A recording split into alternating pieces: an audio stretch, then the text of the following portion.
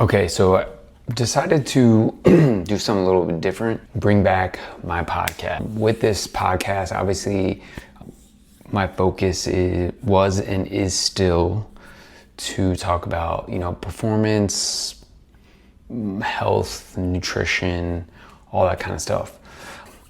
I'm gonna start off with one thing that I find commonly discussed nowadays. This is gonna be kind of like a maybe a three-part series.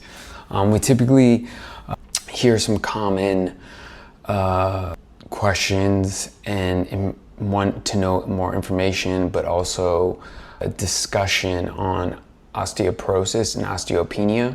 And this is specifically for women, but like obviously this can be talked about for men as well, because bone loss is going to happen as we get older. And the issue with especially bone loss is there are no symptoms. There are no ways to know unless you break something as you get older, especially for women with menopause and postmenopause. Bone density, becomes a big issue.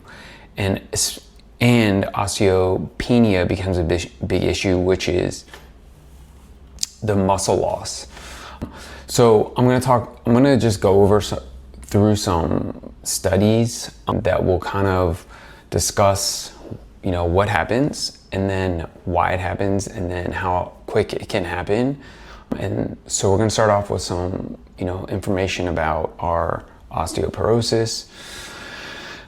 So in recent research, women's bone loss is pretty quick, especially post-menopause, at a rate of 1 to 1.5% every single year. And this increases a woman's risk for fracture, bone breaks at a 2.5 times the rate. And again, like I mentioned before, you don't really know until something happens or you get it checked. And again, this happens a lot quicker post-menopause, and we'll discuss what happens during menopause and before menopause. Again, this is research I'm just finding online. And so the big thing is that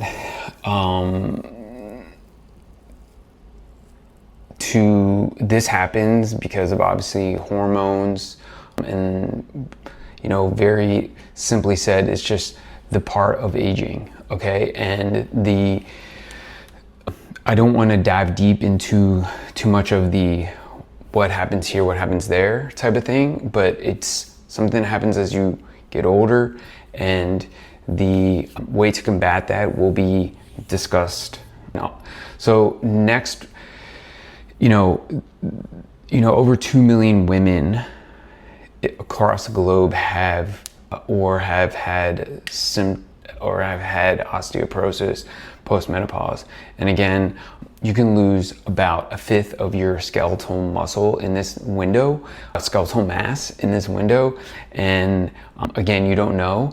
And then on top of that, the only way to check is obviously get a bone density test. And this thing can only happen if you ask the doctor, or if, something happens, or if the doctor is looking at something and sees that you need to get a bone density test. So my recommendation is that women, literally starting when you are in menopause, to get it at least once a year to see what is going on, to make sure that you don't have, this increased risk of osteoporosis, because it is a very detrimental thing to happen. And there has been some research on as you age also, once you break a hip, a knee, or whatever, there's a very increased risk of how quick you could pass away. So, and that's probably due to like having a long stay in the hospital, or recovery being too slow, or recovery being way too long. But again, there's a lot of ways to slow this risk. And it's very similar to like osteopenia, which is like when you lose muscle. And this starts like even before, you have menopause. This can start as early as your 30s, especially if you don't weight train or strength train.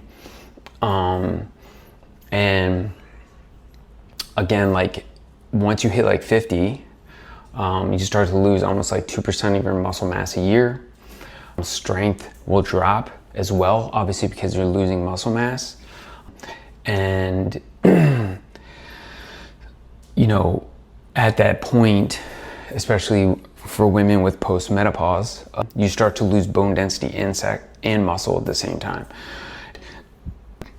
Muscle is, as when we're young, we use it as, we want it to be like something that we show off. And, when we're at the beach, whatever, social media, whatever. But as you get older, it's not like something that you want to sit around and use as, like, you could say vanity, because muscle helps you, perform the things that you want to do in daily life.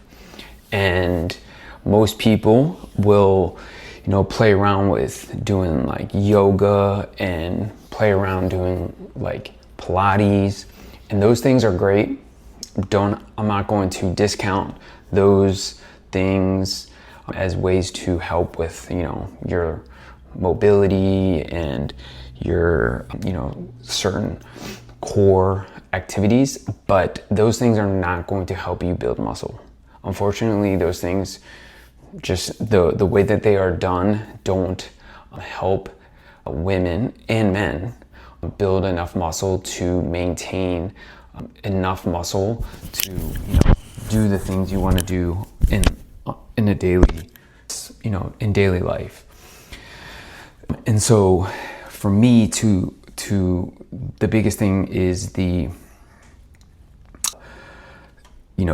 doing activities in daily life. Most of that stuff requires you to obviously be, moving, standing, walking, whatever, picking things up, doing stuff like that. And those things are super important as you age, because most people don't want to have the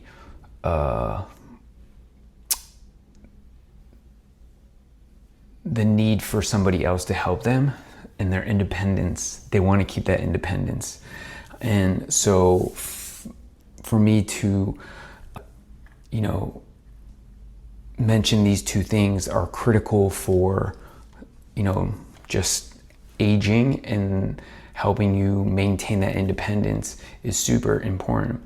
And in order to maintain, your muscle mass and your bone density, it's super important that you are, lifting heavy weights at least 2 to 3 times a week, at minimum 30 to 45 minutes. Again, lifting weights is probably the most important thing you can do for longevity. There's plenty of studies.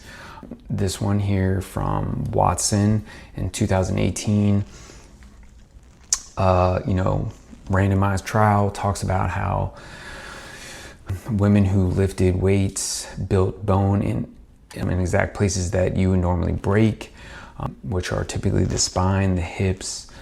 And so it helped reduce the risk for those breaks. And so therefore it's super important that women, even post-menopause, perimenopause, whatever, are still lifting heavy. And why is heavy important? Because heavy puts strain on the muscle and on the bone, which breaks down the bone and helps you rebuild the bone, which is the most important part about, maintaining proper bone density. There's tons of studies that continue to reiterate the importance of muscle mass, and that, you know, the stronger and the more muscle you have, the longer you live. And again, the goal is not to 1 rep max. The goal is to, you know, lift weights moderately and do it consistently at least 3 times a week.